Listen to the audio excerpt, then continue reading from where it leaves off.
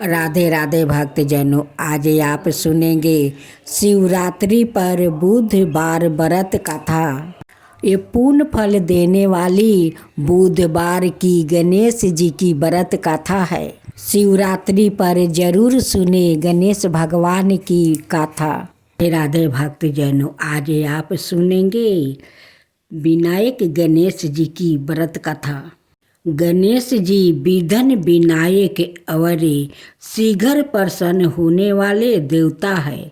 अगर कोई सच्चे मन से गणेश जी की वंदना करता है तो गौरी नंदन तुरंत प्रसन्न होकर उसे आशीर्वाद प्रदान करते हैं।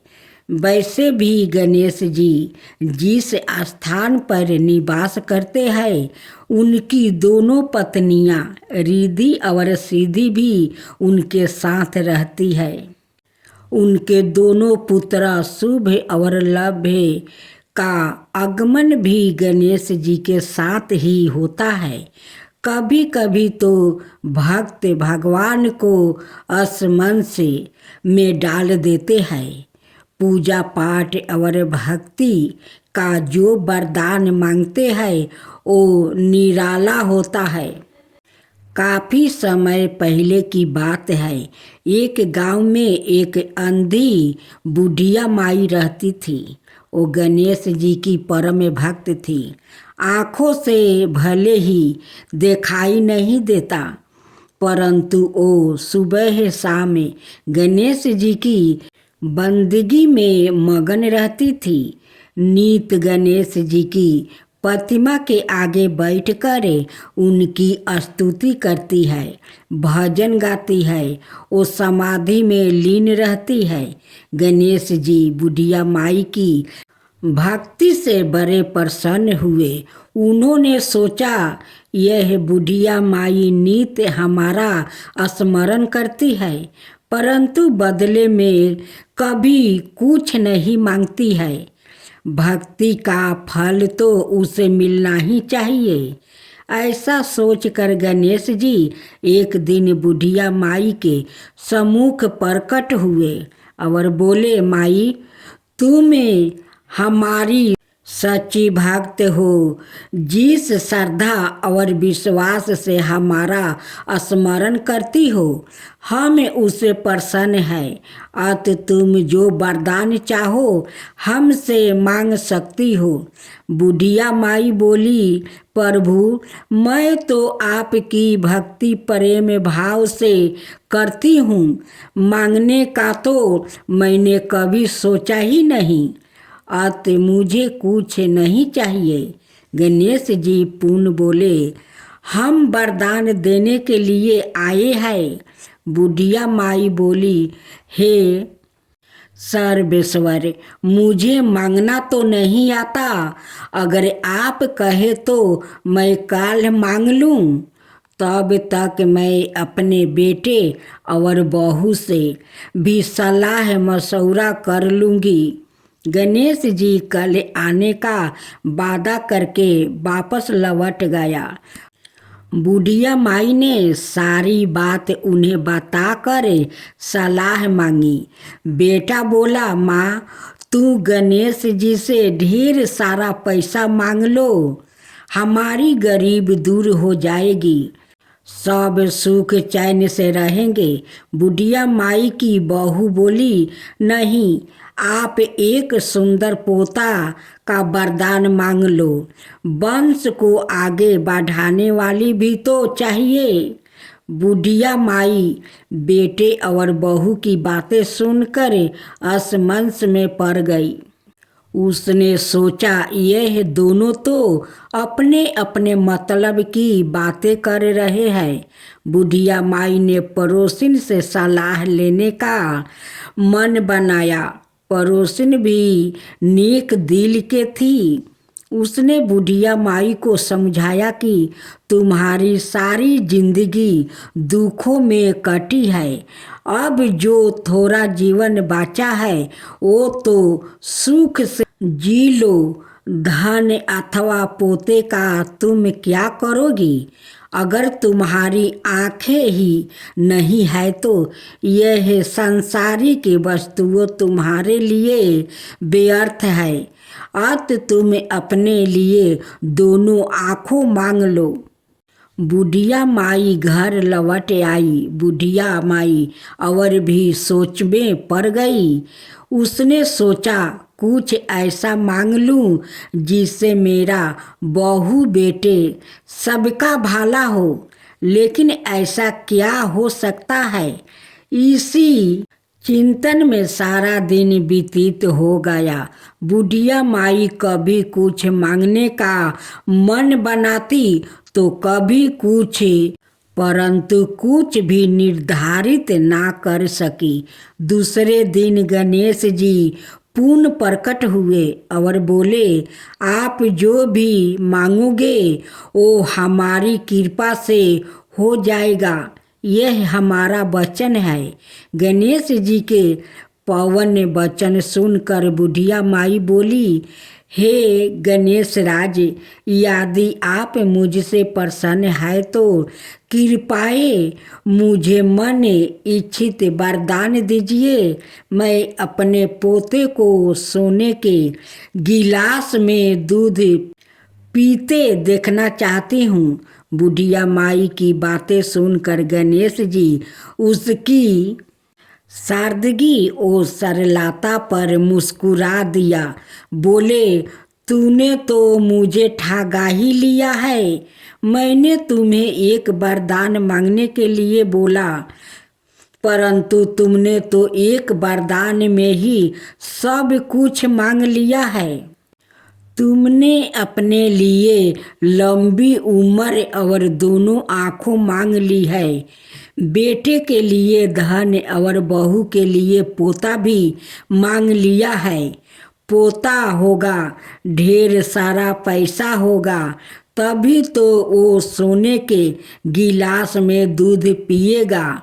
पोते को देखने के लिए तुम जिंदा रहोगी, तभी तो देख पाओगी। अब देखने के लिए दो आंखें भी देनी ही पड़ेगी। फिर भी वो बोले, जो तुमने मांगा वो सब सत्य होगा। यूं कहकर गणेश जी अंतर ध्यान हो गए। कुछ समय पाकर गणेश जी की कृपा से बुढ़िया माई के घर पोता हुआ। बेटा का कारोबार चल निकला और बुढ़िया माई की आंखों की रोशनी आपस लौट आई। बुढ़िया माई अपने परिवार सहित सुखपूर्वक जीवन व्यतीत करने लगी। राधे राधे भक्तजनों, आज आप सुनेंगे एक किसान और एक मूषक की कहानी। खूब सुंदर। एक गांव में एक किसान रहा करता था। वो बहुत गरीब था। किसान ने धन पैदा करने के लिए कई प्रयत्न किया, परंतु हर बार वो अपने प्रयत्नों में असफल रह जाता है। एक दिन किसान अपने खेत से उदास लौट रहा था। रास्ते में एक मूषक महाराज बैठा था। देखा और सोचा कि यह मूषक महाराज तो गणेश भगवान का असवारी है, ये तो वाहन है। शायद इस मूषक महाराज के कारण मैं अब तक निर्धन हूँ। यदि यह मूषक महाराज मुझे प्रसन्न हो जाए तो मेरा काम चल जाए। ऐसा सोचकर किसान उस मूषक महाराज को क्यों ना मैं लड्डू खिलाऊं, ये सोचकर किसान घर जाता है और एक लड्डू लियाकर वो मूषक महाराज को सामने रख देता है और हाथ जोड़कर कहता है कि हे मूषक महाराज, आप तो विघ्नहर्ता का सवारी है, मेरा भी दुख हर लीजिए। मैं बहुत गरीब निर्धन किसान हूँ। मेरे खेत में पैदा नहीं होता है। इतना फसलें गाड़ता हूँ लेकिन फसल उग नहीं पाता है। मैं आपसे प्रार्थना करता हूँ कि मेरा दलीदारता दूर कीजिए हे मूषक महाराज। मूषक महाराज तो वहाँ से टस से मस नहीं हुआ, वो बैठा रहा। किसान वो घर चला जाता है। जब सुबह किसान वो आकर देखता है तो उस कटोरे में एक सोना का मोहर है। किसान बड़ा प्रसन्न हुआ। किसान ने अपने चारों ओर देखा, परंतु मूषक महाराज नजर नहीं आया। किसान को विश्वास हो गया कि यह हो ना हो कोई मूषक महाराज गणेश भगवान तो नहीं है। मुझे तो इसकी प्रतिदिन कुछ सेवा करनी चाहिए। ऐसा सोचकर उसने यहाँ निश्चित किया कि वो रोज कटोरे में एक लड्डू भर कर मूषक महाराज का स्थान पर राख आया करेंगे। किसान ने ऐसा ही किया। ओ मूषक महाराज के बिल्कुल द्वार पर रोज एक लड्डू का कटोरा राख आता। मूषक महाराज रोज लड्डू खा लेते हैं, एक मोहर उस कटोरा में डाल देते हैं। इस तरह प्रतिदिन एक मोहर मिलने से वो किसान माला माल होने लगा। लोग कहते हैं ना कि जिसका भाग में होता है उसी को धन मिलता है, और जिसको भाग में नहीं होता है उन्हें धन नहीं मिलता है। वही हुआ किसान के साथ। एक दिन की बात है, किसान को कुछ कार्यवश बाहर जाना पड़ा। किसान ने चलते समय अपने बेटा को समझा कर बता दिया कि देखो बेटा, मूषक देवता को रोज नियम से लड्डू उनकी बिल के सामने राख आना। ऐसा ही किया। वो प्रतिदिन निश्चित समय पर लड्डू का कटोरा मूषक महाराज के बिल के पास राख आता और दूसरे दिन उठा लाता। एक दिन किसान के बेटा ने सोचा कि मूषक महाराज के बिल में कोई खजाना है। मूषक महाराज लड्डू खाने के बाद रोज एक मोहर खाली कटोरे में डाल देता है। मैं मूषक महाराज का बिल को क्यों ना तोड़ कर सारा खजाना निकाल लूं। आखिर रोज रोज इस तरह लड्डू लेकर आने में तकलीफ होती है। ऐसा सोचकर उसने मूषक महाराज को बिल को तोड़ना शुरू कर दिया। मूषक महाराज घबरा कर बाहर निकला। किसान का बेटा मूषक महाराज को भी मारना चाहा।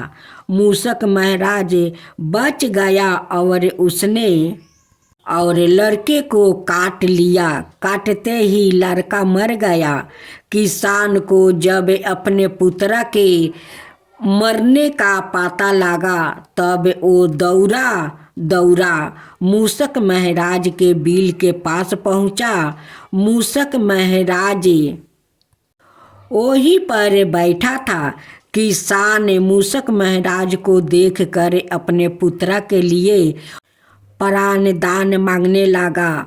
मूषक महाराज बोला, अरे किसान, जो दूसरों को नुकसान पहुंचाकर अपना फायदा करना चाहते हैं उनका यही हाल होता है। निस्वार्थ भाव से जो सेवा गणेश भगवान और मूषक महाराज को सादा करता है उसको सादा इच्छा फल मिलता है।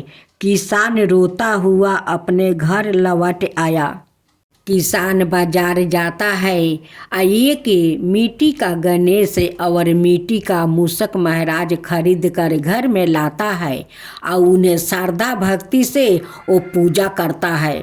गणेश भगवान किसान को सपने में दर्शन देते हैं और कहते हैं कि हे किसान, तुम तो मेरा श्रद्धा भक्ति से मेरे मूसक महाराज को रोज लड्डू खिलाया करता था, बड़े श्रद्धा भक्ति से। उस लिए तो मैं प्रसन्न होकर अपना मूसक महाराज को एक सोना का मोहर देता था और लड्डू खाकर उस कटोरा में वो मोहर डाल देता था।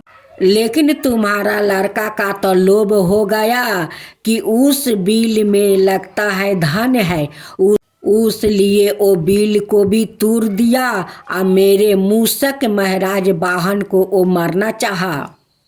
उसी कारण मेरे मूसक महाराज तुम्हारा बेटा को काट लिया।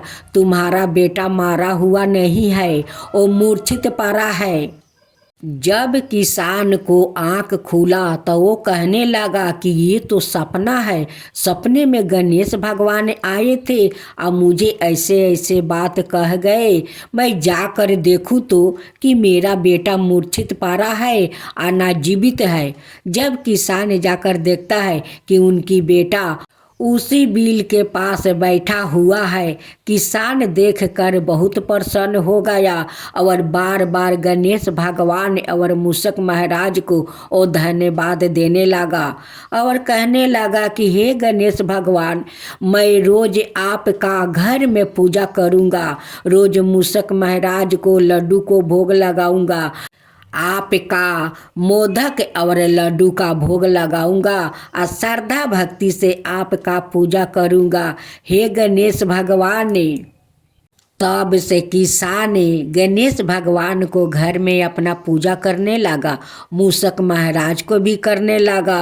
अब तो किसान का खेत में बहुत सारा अन्न आबादी होने लगा, घर में धान भरने लगा। अब तो किसान गरीब से अमीर बन गया। तो हे गणेश भगवान, जैसे आप उस किसान पर कृपा किया वैसा ही सबका ऊपर करना। जो आपका कथा कहे, जो सुने, जो हुंकार भरे, उन सबका ऊपर कृपा करना। हे गणेश भगवान, सबका ऊपर कृपा करना। हे मूसक महाराज, सबका ऊपर कृपा करना। राधे राधे भक्त जनों, आज आप सुनेंगे विष्णु भगवान और माता लक्ष्मी की व्रत कथा। एक बार भगवान विष्णु जी शेष नाग पर बैठे बैठे बोर हो गए और उन्होंने धरती पर घूमने का विचार मन में किया। वैसे भी कई साल बीत गया था। धरती पर आए और वो अपनी यात्रा की तैयारी में लग जाते हैं। स्वामी को तैयार होते देखकर लक्ष्मी माँ ने पूछा, आज सुबह सुबह कहाँ जाने की तैयारी हो रही है? विष्णु जी ने कहा, हे लक्ष्मी, मैं धरती लोक पर घूमने जा रहा हूँ। तुम कुछ सोच कर रही हो? लक्ष्मी माँ ने कहा, हे देव, क्या मैं भी आपके साथ चल सकती हूँ? भगवान विष्णु ने 2 पल सोचा, फिर कहा, एक शर्त पर तुम मेरे साथ चल सकती हो। तुम धरती पर पहुंचकर उत्तर दिशा की ओर बिल्कुल मत देखना। इसके साथ ही माता लक्ष्मी ने हाँ कह के अपनी बात मनवा ली और सुबह सुबह माँ लक्ष्मी और भगवान विष्णु धरती पर पहुंच गया। तभी सूर्य देवता निकल रहे थे। रात बरसात होकर हटी थी, चारों ओर हरियाली हरियाली थी। उस समय चारों ओर बहुत शांति थी और धरती बहुत ही सुंदर देख रही थी और माँ लक्ष्मी मंत्र मूर्ध होकर धरती को देख रही थी और भूल गई कि पति को क्या वचन वो देकर आई है और चारों ओर देखती हुई कब उत्तर दिशा की ओर देखने लगी, पता नहीं चला। उत्तर दिशा में माँ लक्ष्मी को एक बहुत ही सुंदर बगीचा नजर आया और उस तरफ से विभिन्न विभिन्न खुशबू आ रही थी और बहुत ही सुंदर सुंदर फूल खिले थे। यह एक फूलों का खेत था और माँ लक्ष्मी बिना सोचे समझे उस खेत में गई और एक सुंदर सा फूल तोड़ लाई। लेकिन यह क्या, जब माँ लक्ष्मी भगवान विष्णु के पास वापस आई तो भगवान विष्णु की आँखों में आंसू थे और भगवान विष्णु ने माँ लक्ष्मी को कहा कि कभी भी किसी से बिना पूछे उसका कुछ भी नहीं लेना चाहिए और साथ ही अपना वचन भी याद दिलाना चाहिए। माँ लक्ष्मी को अपनी भूल का पता चला तो उन्होंने भगवान विष्णु से इस भूल की माफ़ी मांगी। तो भगवान विष्णु ने कहा कि जो तुमने जो भूल की है उसकी सजा तो तुम्हें ज़रूर मिलेगी। जिस माली के खेत से तुमने बिना पूछे फूल तोड़ा है यह एक प्रकार की चोरी है, इसलिए अब तुम 3 साल तक माली के घर नौकर बनकर रहो। उसके बाद मैं तुम्हें वैकुंठ में वापस बुलाऊंगा। माँ लक्ष्मी ने चुपचाप सर झुकाकर हाँ कर दिया और माँ लक्ष्मी एक गरीब औरत का रूप धारण करके उस खेत के मालिक के घर गई। घर क्या, एक झोपड़ी था और मालिक का नाम माधव था। माधव की बीवी तो 2 बेटे और 3 बेटियां थी। सभी उस छोटे से खेत में काम करके किसी तरह से गुजारा करती थी। माँ लक्ष्मी जब एक साधारण और गरीब औरत बनकर जब माधवा के झोपड़ी पर गई तो माधवा ने पूछा, बहन तुम कौन हो और इस समय तुम्हें क्या चाहिए? तब माँ लक्ष्मी ने कहा, मैं एक गरीब औरत हूँ, मेरी देखभाल करने वाला कोई नहीं है।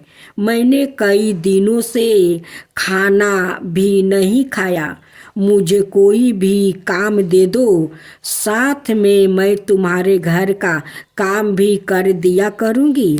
बस मुझे अपने घर में एक कोने में आसरा दे दो। माधवा बहुत ही इच्छा दिल का मालिक था, उसे दया आ गई, लेकिन उसने कहा, बहन मैं तो बहुत ही गरीब हूँ, मेरी कमाई से मेरे घर का खर्च मुश्किल से चलता है, लेकिन अगर मेरी 3 की जगह 4 बेटियां होती तो भी मुझे गुजारा करना था।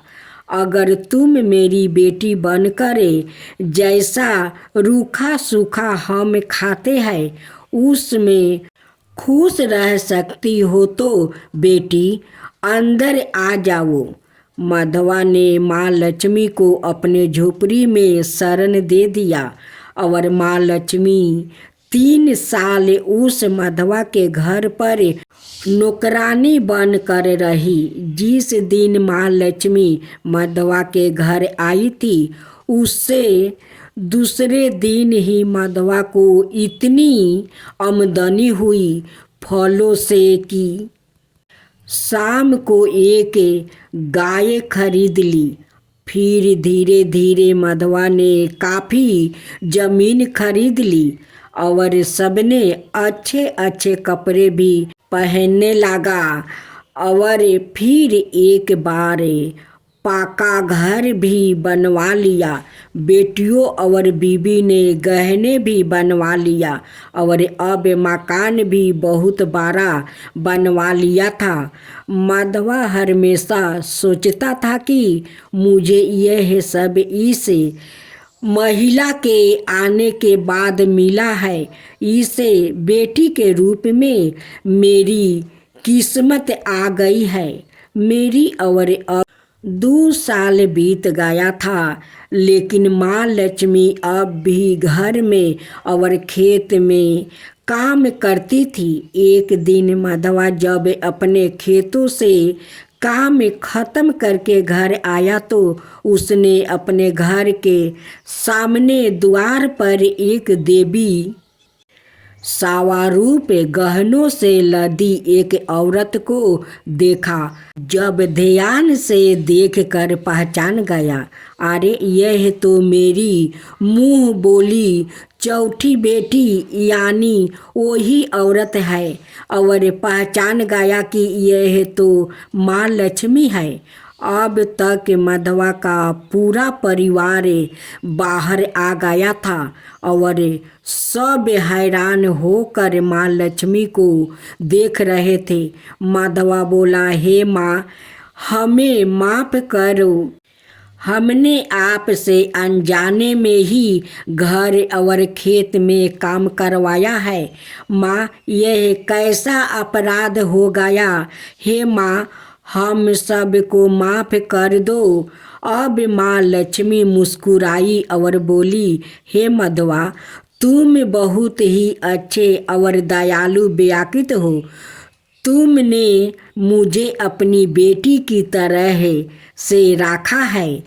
आपने परिवार के सदस्य की तरह से, इसके बदले मैं तुम्हें वरदान देती हूँ कि तुम्हारे पास कभी भी खुशियाँ की और धन की कमी ना रहेगी। तुम्हें सारे सुख मिलेंगे जिसके तुम्हें अधिकार हो। और फिर माँ अपने स्वामी के द्वारे भेजे रथ में बैठकर बैकुंठ चली गई। अब सुने तुलसी माता की कथा। एक परिवार में ननद और भाभी रहती थी।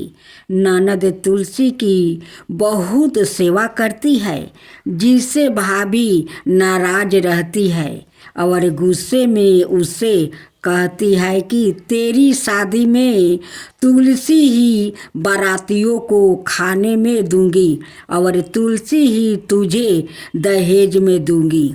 इस पर ननद मुस्कुरा देती है। निश्चित समय पर ननद का विवाह हुआ और बारात घर पर आई तो भाभी ने बारातियों के सामने तुलसी का एक गमला फोड़ दिया और ननद के गले में मंजीरी की माला डाल दी।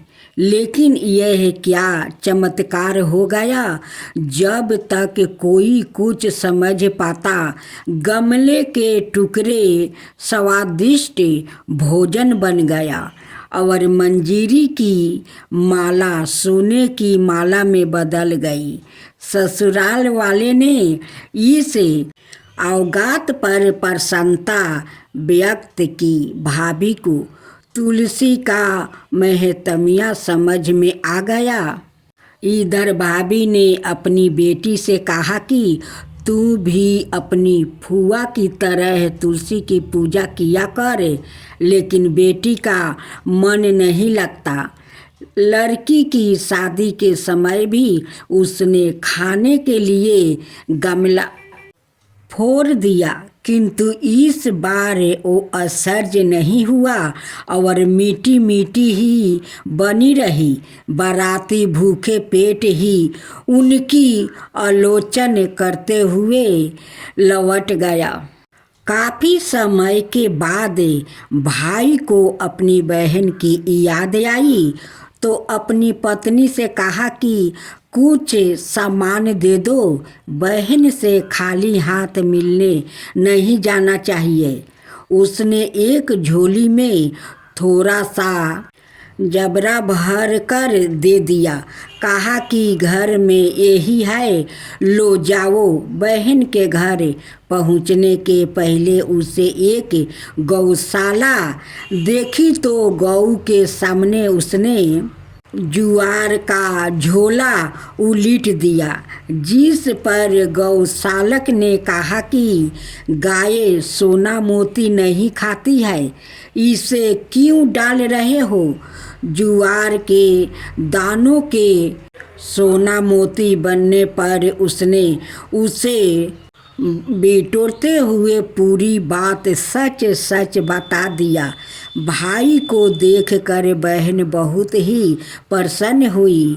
वापसी में यह बात उसने अपनी पत्नी को बताई तो वो भी तुलसी की पूजा करने लगी। राधे। भोलेनाथ की जय हो, भोलेनाथ की जय हो, माता पार्वती की जय हो, माता पार्वती की जय हो। एक साहूकार था जो भगवान शिव का अनाय भक्त था। उसके पास धन धन आए किसी भी चीज की कमी नहीं थी, लेकिन उसकी कोई संतान नहीं थी और वो इसी कामना को लेकर रोज शिव जी के मंदिर जाकर दीपक जलाता था।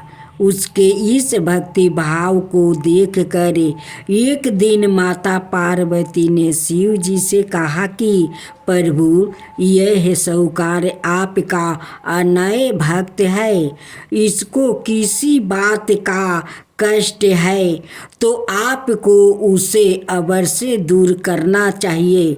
शिव जी बोले कि हे पार्वती, इस साहूकार के पास पुत्र नहीं है, यह इसी से दुखी रहता है। माता पार्वती कहती है कि हे ईश्वर, कृपा करके इसे पुत्रा का वरदान दे दीजिए। तब भोलेनाथ ने कहा कि हे पार्वती, साहूकार के भाग्य में पुत्रा का योग नहीं है।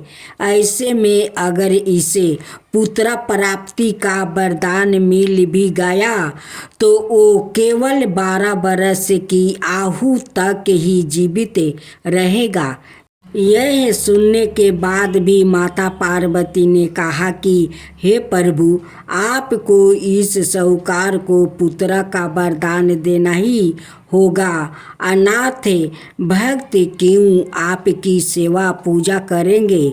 माता के बार बार कहने से भोलेनाथ ने साहूकार को पुत्रा का वरदान दे दिया, लेकिन यह भी कहा कि वो केवल 12 बरस तक ही जीवित रहेगा। साहूकार यह सारी बातें सुन रहा था, इसलिए उसे ना तो खुशी हुई और ना ही दुख। वो पहले की तरह भोलेनाथ की पूजा अर्चना करता रहा। उधर सेठानी गर्भवती हुई और 9 महीने के बाद एक सुंदर सा बालक की प्राप्ति हुई। परिवार में खूब उत्साह मनाया गया, लेकिन साहूकार पहले ही की तरह रहा और उसने लड़का की 12 बरस की आयु का जिक्र किसी से भी नहीं किया। जब बालक 11 बरस की आयु हो गई तो एक दिन साहूकार की सेठानी ने बालक के विवाह के लिए कहा, तो साहूकार ने कहा कि वो अभी बालक को पढ़ने के लिए काशी जी भेजेंगे। इसके बाद उसने बालक के मामा जी को बुलाया और कहा कि इसे काशी पढ़ने के लिए ले जाओ और रास्ते में जिस भी स्थान पर रुकना, वहाँ यज्ञ करते और ब्राह्मणों को भोजन कराते हुए आगे बढ़ना। उन्होंने भी इसी तरह करते हुए जा रहे थे कि रास्ते में एक राजकुमारी का विवाह था। जिससे उसका विवाह होने वाला था वो एक आँख से काना था। तो उसके पिता ने जब अति सुंदर साहूकार के बेटे को देखा तो उनके मन में आया कि क्यों ना इसे ही घोड़ी पर बैठाकर शादी के सारे कार्य संपन्न करवा लिया जाए। तो उन्होंने मामा से बात की और कहा कि इसके बदले में वो अथाह धन देंगे। तो वो भी राजी हो गया। इसके बाद साहूकार का बेटा विवाह की वेदी पर बैठा और जब विवाह कार्य संपन्न हो गया तो जाने से पहले उसने राजकुमारी की चदरी के पल्लू पर लिखा कि तेरा विवाह तो मेरे साथ हुआ, लेकिन जिस राजकुमार के साथ भेजेंगे वो तो एक आँख का काना है। इसके बाद वो अपने मामा के साथ काशी के लिए चल गया। उधर जब राजकुमारी ने अपनी चुनरी पर यह लिखा हुआ पाया तो उसने राजकुमार के साथ जाने से मना कर दिया। तो राजा ने भी अपनी पुत्री को बारात के साथ विदा नहीं किया। बारात वापस लौट गई। उधर मामा और भांजे काशी पहुंच गए थे। एक दिन जब मामा ने जग रचा रखा था और भांजा बहुत देर तक बाहर नहीं आए तो मामा ने अंदर जाकर देखा तो भांजे का प्राण निकल चुके थे। वो बहुत परेशान हुए, लेकिन सोचा कि अभी रोना पीटना मचाया तो ब्राह्मण चल जाएंगे और जग का कार्य अधूरा रह जाएगा। जब जग संपन्न हुआ तो मामा ने रोना पीटना शुरू किया। उसी समय शिव पार्वती उधर से जा रहे थे तो माता पार्वती ने शिव जी से पूछा, हे प्रभु, ये कौन रो रहा है? तभी उन्हें पता चलता है कि यह तो भोलेनाथ के आशीर्वाद से जन्म हुआ साहूकार का पुत्र है। तब माता पार्वती कहती है कि हे स्वामी, इसे जीवित कर दीजिए। अनाथ रोते रोते इसके माता पिता के प्राण निकल जाएंगे। तब भोलेनाथ ने कहा कि हे पार्वती, इसकी आहु इतना ही थी सो वो भोग चुका है। लेकिन माँ के बार बार आग्रह करने पर भोलेनाथ ने जीवित कर दिया। लड़का ओम नमः शिवाय करते हुए उठा और मामा भांजे दोनों के ईश्वर को धन्यवाद दिया और अपनी नगरी की ओर लौटा। रास्ते में वही नगर पारा और राजकुमारी ने उन्हें पहचान लिया। तब राजा ने राजकुमारी को साहूकार के बेटे के साथ बहुत सारे धन धनाये के साथ विदा किया। उधर साहूकार और उसकी पत्नी छत पर बैठे थे। उन्होंने यह प्रण कर रखा था कि यदि उनका पुत्र सकुशल ना लौटा तो वो छत से कूदकर अपना प्राण त्याग देंगे।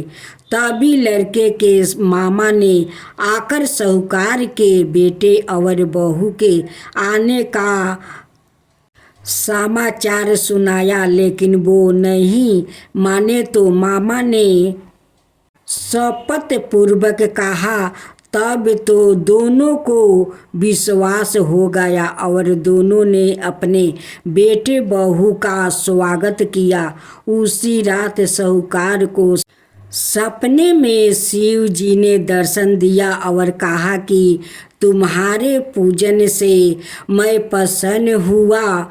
इसी प्रकार जो भी व्याकृत इस कथा को पढ़ेगा या सुनेगा उसके समस्त दुखों दूर हो जाएगा और मन बचित सभी कामनाओं की पूर्ति होगी।